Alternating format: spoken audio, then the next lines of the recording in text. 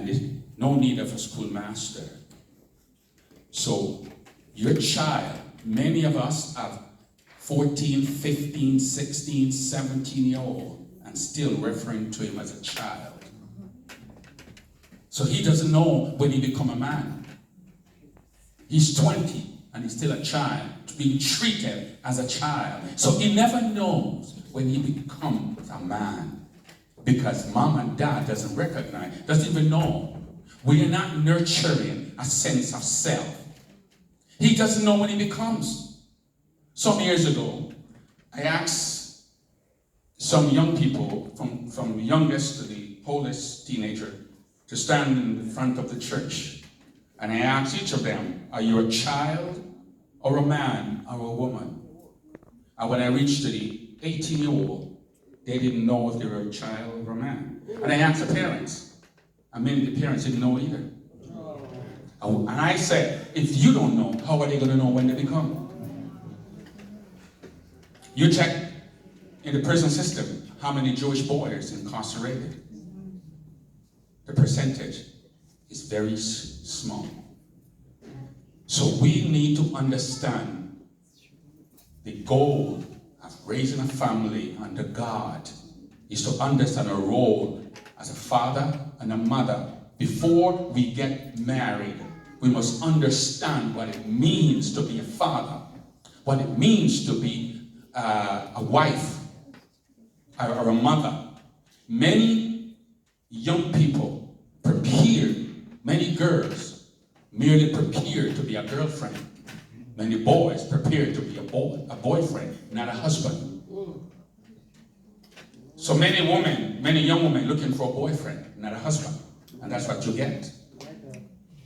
So it's very important to understand why family and marriage matters and what we need to do to cultivate that understanding before we say I do. Because many marriages are broken before you say I do. So, identity encompasses various aspects, including, but not limited to, personal characteristics, belief, values, culture, nationality, sex, and social role. Even today, some parents, a child is born in a hospital, and the parents refuse to tick off what sex the child is.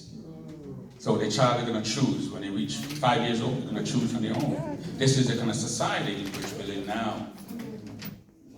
The church must know better. And if we are not educated within the church, we cannot assume that a person who's come from the world understands what marriage is. It has to be taught.